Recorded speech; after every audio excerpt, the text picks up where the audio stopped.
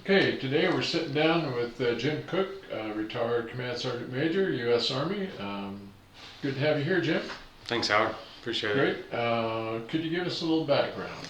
Yeah, so born in Kingman, Arizona, 1982, and was raised there till I was about 8. And then we moved here to Wenatchee, Washington with my family. Had a sister, older sister, who is 3 years older. She's in Wisconsin now, but we moved up here and went to St. Joe's Elementary School and then Pioneer and then Wenatchee High School. Graduated in 2000. My dad worked for the PUD, so he worked on the hydroelectric dams, and then my mom worked here in town. She was an assistant at the athletic office here at the Wenatchee High School. So grew up here, got family in town, cousins and aunts and uncles, and but mostly my family is from Wisconsin, where a lot of my aunts and uncles and grandma are still living right now. Uh, Now, what led up to your joining the military?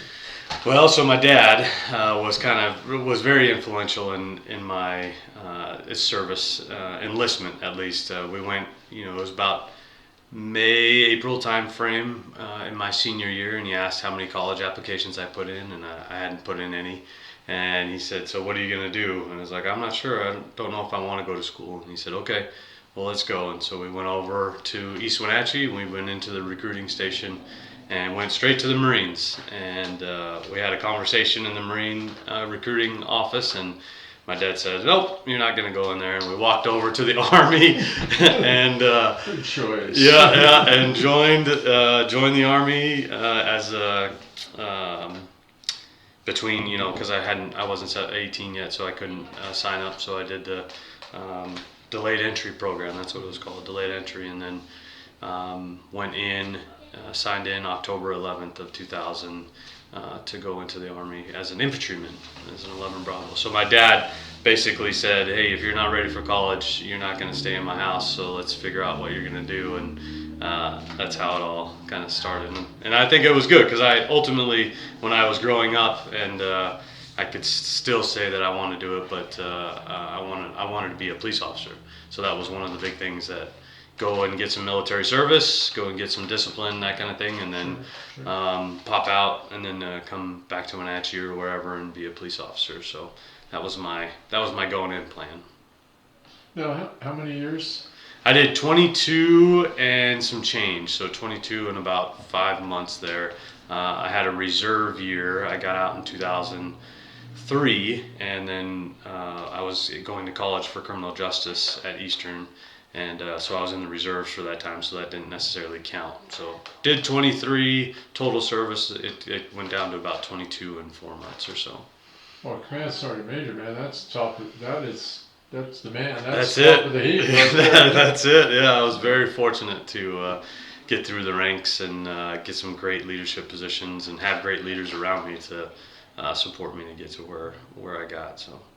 You ever have any special memories? Or I know being a Command Sergeant Major, I'm sure you were a first sergeant at one time. And Was, yeah. first sergeants always have some, Yeah. because they have those. I won't say knuckleheads. I mean, when I was in, our first sergeant, there was times he just shake his head. Yeah. It's that 10% that takes up 90% of your time. That's Yeah, exactly right. what it was as a first sergeant. So, yeah, I was a first sergeant with the Joint Special Operations Command. I was kind of camp commandant for the most part, and making sure that the camp or the compound that we were on was managed correctly with everything that was happening and visitors and all that kind of stuff. And then I got an awesome opportunity to serve as a first sergeant in the 75th Ranger Regiment there at my towards the middle of my career, and that was an experience. We had some time. Yeah, we had some. I went through RASP when I was older, and which is the indoctrination program, and then as a first sergeant trying to wrangle a bunch of Rangers. They were all Intel Rangers, but at the same time we were Rangers, and so trying to wrangle them, there were some good memories of jumping out of airplanes, going for long ruck marches, going to the range and shooting stuff, and yeah, just having a great time, enjoying our training so that we could get ready just in case they needed us to go over. So, 75th Rangers at Fort Lewis? so there is 2nd Battalion, 2nd Bat is at JBLM, and then First Ranger Battalion is in Savannah, Georgia, and then 3rd is in, or it might be 3rd and 1st, I can't remember, but 3rd I think is in Fort Benning, Georgia. So I was stationed in Fort Benning because I was with the Ranger Special Troops Battalion because I was an Intel Ranger. So we had a whole company of Intel Rangers that would deploy with the other battalions when they needed them, and so we were kind of the hub of Intel for the 75th during that stint, and they still have it now. The battalion's still there. So. Now, most of your crew was in special operations, or I mean, I do have another friend that's a command sergeant major who lives up there at Waterville, retired, and we've had discussions before, and just so many different assignments over 20-some years, and his was mostly intelligence and some special ops like that, but I didn't know whether they like to keep you in kind of the same, not genre. Like discipline? Yeah. So I was in special operations was a big part of my mid to later half of my career. So 2010 is when I joined Special Operations Command as an Intel Sergeant First Class. And coming from the 82nd Airborne Division, I went over there. And then I spent 5 years at JSOC, and then from there I went to 75th, so still Special Operations. I did 2 years there, and then I came back to Fort Bragg, and I did another 2 years with 1st Special Operations Command. We were standing up a new MI battalion within 1st Special Operations battalion or command. And so that was a total of about 9 years is when I spent in the Special Operations community. And then from there I went back to TRADOC and then into USARPAC over in Hawaii was my last duty station. So. Yeah. Sounds like a busy one. It was, yeah. Lots of stuff going on. Lots of stuff going on for sure. I mean, you're probably stationed several different places all over the world too, so it just wasn't here in the United States. Well, actually, for me, because of the special operations portion, I was mostly at Fort Bragg, and then at Fort Benning, and then back to Fort Bragg, and then because of my intel discipline, I was at Fort Huachuca.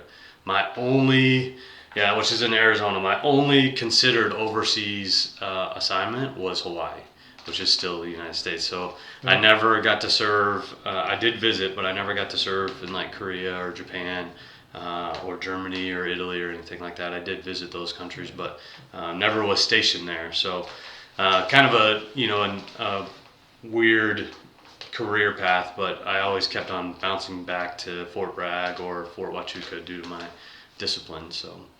Now, from what I've heard, my brother took artillery there to Fort Selden and went to Fort Huachuca. He was on they weren't self-propelled 175s in, they were tow behind. Oh, okay. 5-ton. Yeah.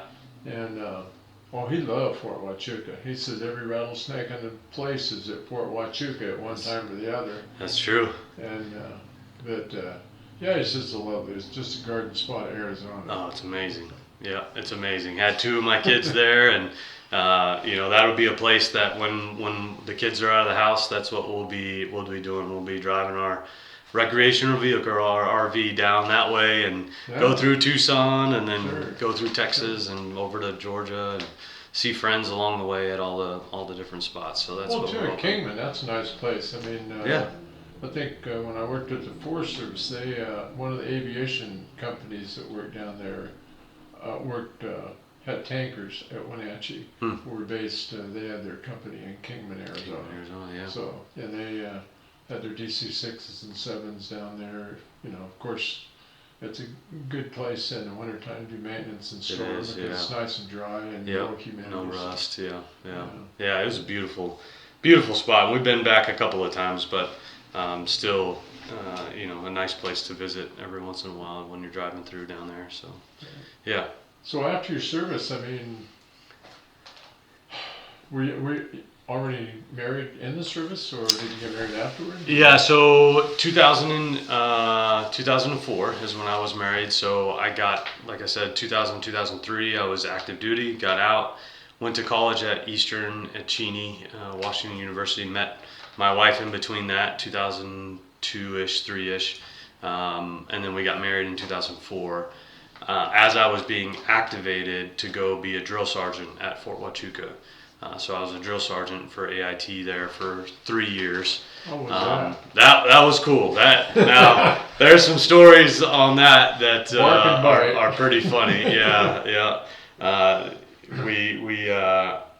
was 22, 1982. Yeah, 22, 23, and I was a staff sergeant or a sergeant, E5 drill sergeant. So here are these 18-year-old kids, 19-year-old kids, and I'm 3 years older, and I'm right in their face yelling at them and trying to hold the mantra of the drill sergeant, in front of these kids. And some of the reclass guys, people that were either 11 Bravo or whatever and changing their MRLS, those were the hard ones because I still had to be the drill sergeant. I still had to be in charge of things, but they were, 35 years old or, 32 years old and had all this military experience, and here I am a 22-year-old wet behind the ears drill sergeant, and so that was a challenge, trying to figure out how to change my leadership style to kind of adapt to both the brand new soldier and the NCO or the soldiers that are switching over. So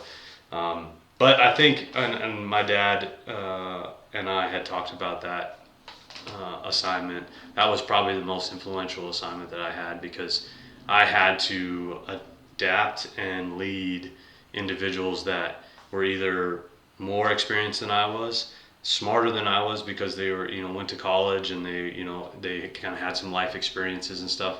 And then they were just kind of looking for as much leadership as they can get from me. And I hadn't had that much, so I had to figure out how I was going to do that. And my dad would say, and I would say that drill sergeant time kind of set up the rest of my career. I was an E6 staff sergeant leaving Fort Huachuca in 2000 and 2007, 2008.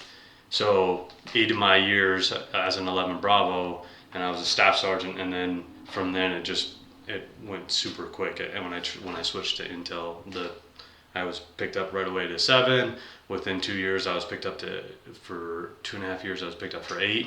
And then within 3 years, I was picked up for 9. And so, within about 6 years, 7 years, 10 years maybe after leaving Fort Huachuca, I was a sergeant major already. And it was, going from leading soldiers to having to lead a full company or battalion or whatever it was. And the drill sergeant time really shaped how I carried myself, I guess, and how I led in front of the soldiers. So I know I have real fond memories of our sergeant major of our brigade, 3rd Brigade, 1st Armor. Yeah. He did 32 years, and that was 1972.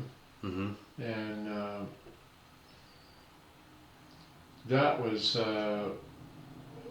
it was a good example of leadership.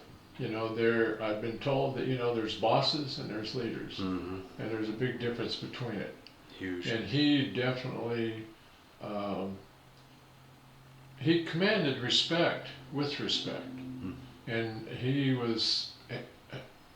When there was mud and grime and grunt and everything on the ground, and there needed an extra hand, that sergeant major was right down there in the mud, getting a wrench or tweaking on that nut that wouldn't, or holding onto the torch or something like that. I mean, or the little Joe wrench. You're doing track tension on an M60. One guy, even if you're pretty beefy, it just don't get it. Yeah. That's awesome. So everybody really respected him, looked up to him, and realized what true leadership was, mm-hmm. what a real leader looked like. In case you didn't have to do more than just train, that's the guy that you wanted to be with. That's the guy you want to follow. Yeah. And when he had said something, then you knew that he thought it out, planned it out, prepared for it, had experience to back it up with. So just do it. Yep. Yep. So, And he had your best interests in in his heart. It wasn't in his command. It was like, no, I care about my soldiers. I care about my people that are going to follow me, and he's not making a decision to put you in danger type thing. So I know at one change of command, he spoke, and it's always mission first. Well, and a part of his speech was that a major priority of the mission is the health and well-being of your men. Mm-hmm. If they're not in good shape, if you don't look after them, well then when the chips are down, you don't have a fighting force. That's right. And so you have to maintain, all different aspects of the leadership was that. And he says, as long as you focus on health and well-being and getting those men trained, healthy, and getting them fed, getting them housed, well then when you ask them to do the impossible, they're going to do it. Yep. They're not going to question it. You said it, you want it done, so be it. That's it. Exactly. Yeah. And cool. Yeah, just a lot of respect for people. It was a sad day when he retired. Yeah, that's. Yeah, but he developed others underneath him that would take the realm, as he was retiring. Yeah, he mentored majors. Senior NCOs.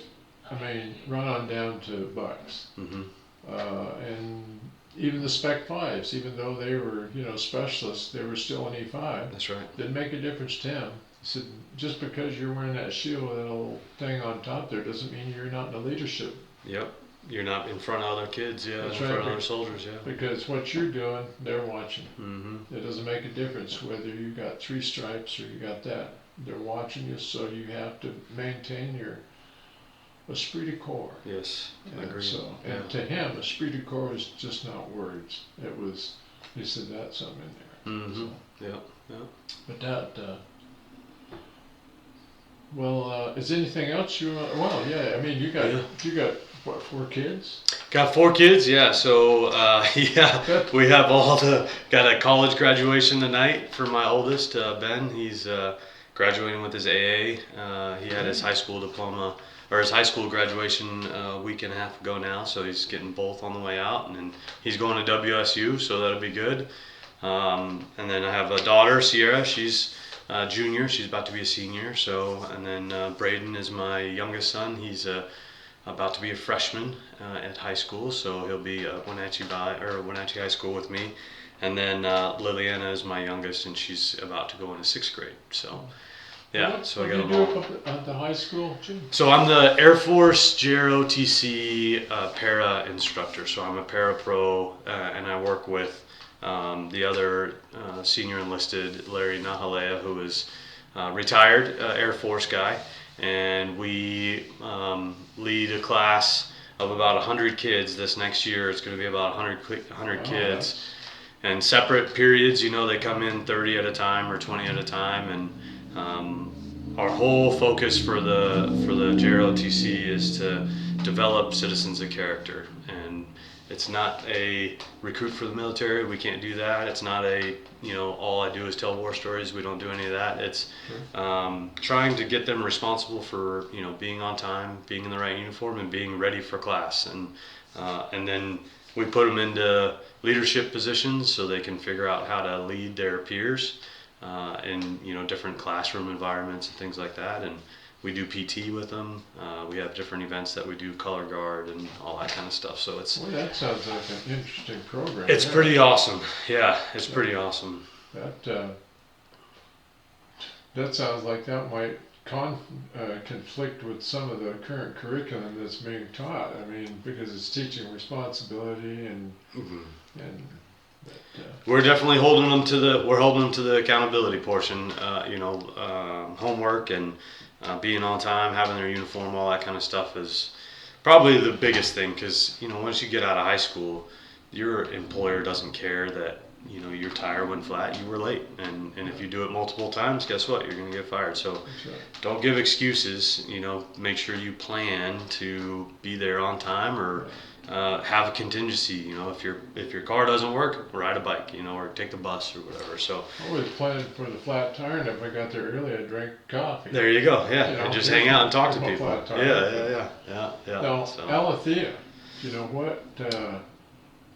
how did that come about? What do you do out there? Yeah, so I work for Alethea as well on my off time from the high school. Your spare time? Yeah, because I'm a part time at the high school and then part time with Alethea. So Tony Sandoval actually got me hooked up with Alethea when I first retired, and he was kind of saying, "Hey, what do you want to do for a job?" And I was like, "Oh, I don't think I really want to do anything right now. Kind of just figure this whole retirement thing out." And he said, "Well, there's this Vet Corps program that we can sign you up for, and you still have to do hours, but at the same time they're a little bit more flexible, and Alethea really needs a veteran coordinator to bring veterans from the community and the 4 counties that they service up there to kind of experience what they have for the EGALA and equine therapy that they offer, plus horsemanship and volunteering as well as the programs that they have." So I got involved through the Vet Corps. Probably one of the best things that I did when I first got back, because it plugged me into the veteran network, and then it also plugged me into the community through Alethea. Since then, Vet Corps has stopped, and Nancy Greddy has hired me on as official Alethea veteran coordinator. So I am still meeting veterans, going out to special events, like we've done the Wenatchee Wild hockey games. We've done different job fairs and stuff throughout the counties that we offer the services through, and just kind of talk about what Alethea brings and the magic that the horses bring to the veterans that get to go there. And I got to experience the magic with Alethea and also with another program over in Olympia on my transition, and so it really kind of sat heavy on my heart that this is something that veterans in our community can utilize and can grow from, because it's so crazy the difference of talking to somebody face to face or just being around animals. And these animals are